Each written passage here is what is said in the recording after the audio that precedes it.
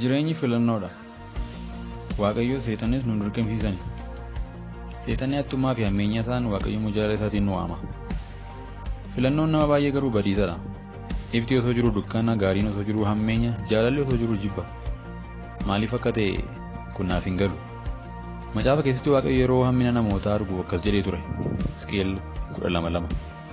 Yaa mucaa namaa ati warra didanii ka'an gidduu hin jiraatta. Isaan warra didanii ka'an waan ta'aniif ija ittiin argan utuma qabanii hin argan, gurra ittiin dhaga'an utuma qabanii hin dhaga'an.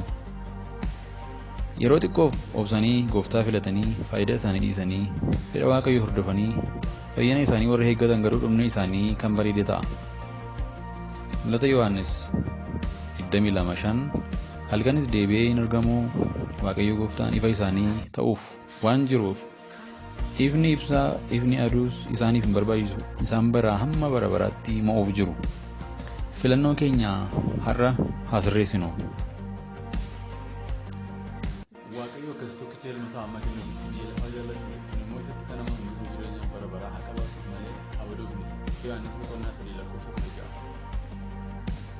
Macaafi yeroo dubbatu Yesuus deebisee karichi dhugaan jireenyis anaan yoo ta'e malee eenyuyyuu gara abbaa hin dhufu.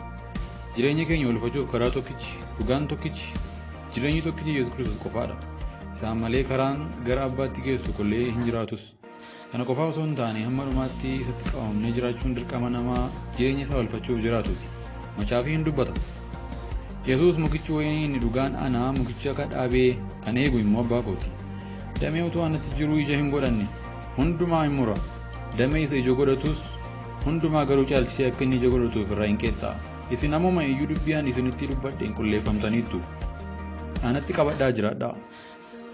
Anis isinitti nan jiraadha. Akkuma dameen muka waynichaa qabatee yoo jiraachuudhaa baate ofiin ija godhachuu hin dandeenye isinis anatti qabatanii yoo jiraachuudhaa baattan ija godhachuu hin dandeessan. Namni anatti qabatee hin jiraanne akkuma damee sanaa hin gatama hin gogas damoota akkasii walitti qabanii abiddatti hin naqu hin gubus. Isin anatti qabatanii yoo jiraattan dubbiin koo isin keessa yoo jiraate waan feetan hin kadhattu isiniif isin ta'a. Kanaan ija baay'ee godhachuu keessaniin bartoota koo akka taatanii mul'isuu keessaniin ulfinni abbaa koo irraa hin argama. Abbaan akka ana jaallate anis akkasuma isin jaalladheera jaalala kootti qabamaa jiraadha.